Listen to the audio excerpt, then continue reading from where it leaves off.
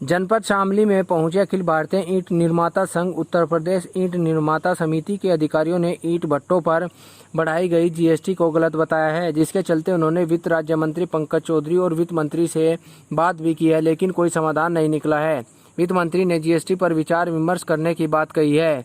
वहीं जब तक जीएसटी के वन नेशन वन टैक्स योजना के नियमों में बदलाव नहीं किया जाता, तब तक भट्टा एसोसिएशन का सरकार को जगाने का यह कार्यक्रम जारी रहेगा।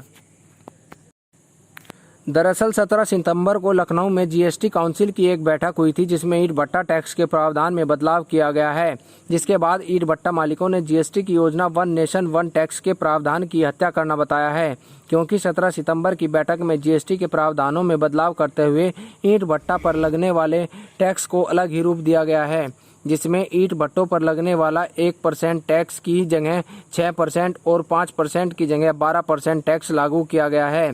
जीएसटी की बैठक में लिए गए इस निर्णय से उत्तर प्रदेश भट्टा एसोसिएशन अब जीएसटी के विरोध में खड़ा हो गया है। वहीं भट्टा मालिकों का कहना है कि हमारे उत्पाद फ्लाइस ईंट को 12% से घटाकर 5% कर दिया गया है।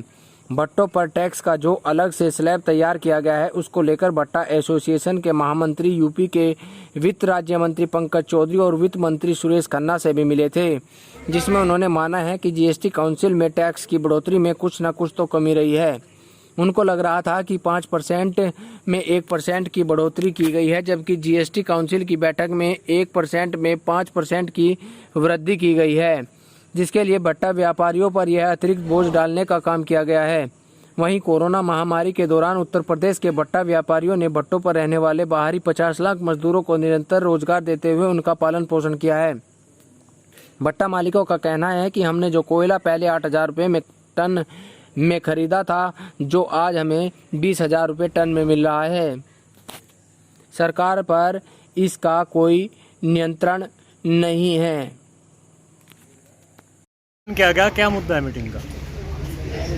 शामली के साथ साथ पूरे प्रदेश के अंदर भट्टा मालिक जो हैं, अभी 17 तारीख को जीएसटी काउंसिल की एक बैठक लखनऊ के अंदर संपन्न हुई, जिसमें वन नेशन वन टैक्स की जो थ्योरी जीएसटी के अंदर दी गई थी, उस पूरी थ्योरी को ख़त्म करते हुए उसकी जो जीएसटी की मूल भावना थी, उसकी जैसे हत्या कर दी गई और ईंट भट्ठों के लिए एक अलग से स्लैब बनाया गया।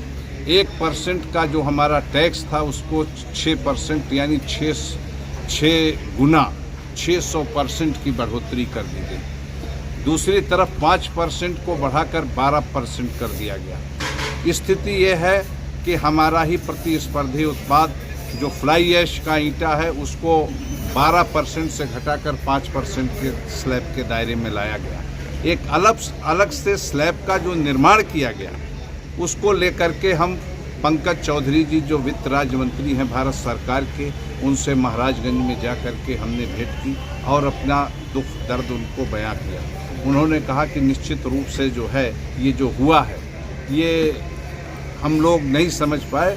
ये हम समझ रहे थे कि 5 को 6% किया जा रहा है। हमारे महामंत्री जी ने प्रदेश के जो हमारे वित्त मंत्री हैं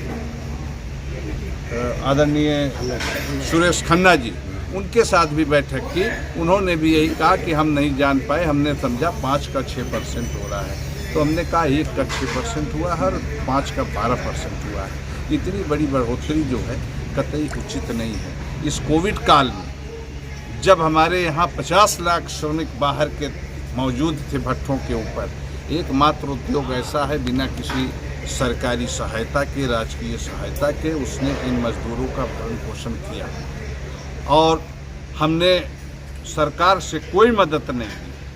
आज उत्तर प्रदेश के अंदर 20,000 भट्ठों पर 50 लाख सीधे श्रमिक आता है और 50 लाख ही परोक्ष रूप से जो है अपरोक्ष रूप से जो है वहाँ पर रोजगार पाता है। 1 करोड़ लोगों को रोजगार देने वाला ये उद्योग, और इसके साथ अगर सिर्फ करदाता मान करके कोई सरकार व्यवस्था दे रही है, तो मैं समझता हूँ कतई ये उचित नहीं है। 8,000 रुपये टन जो कोयला हमने पिछले साल में खरीदा था, आज 20,000 रुपये टन कोयला मिल रहा है। सरकार इस पर कोई मूल नियंत्रण नहीं कर पा रही। अडानी जी की वोट, अडानी जी एकमात्र इम्पोर्टर, और आज 8,000 रुपये का कोयला 20,000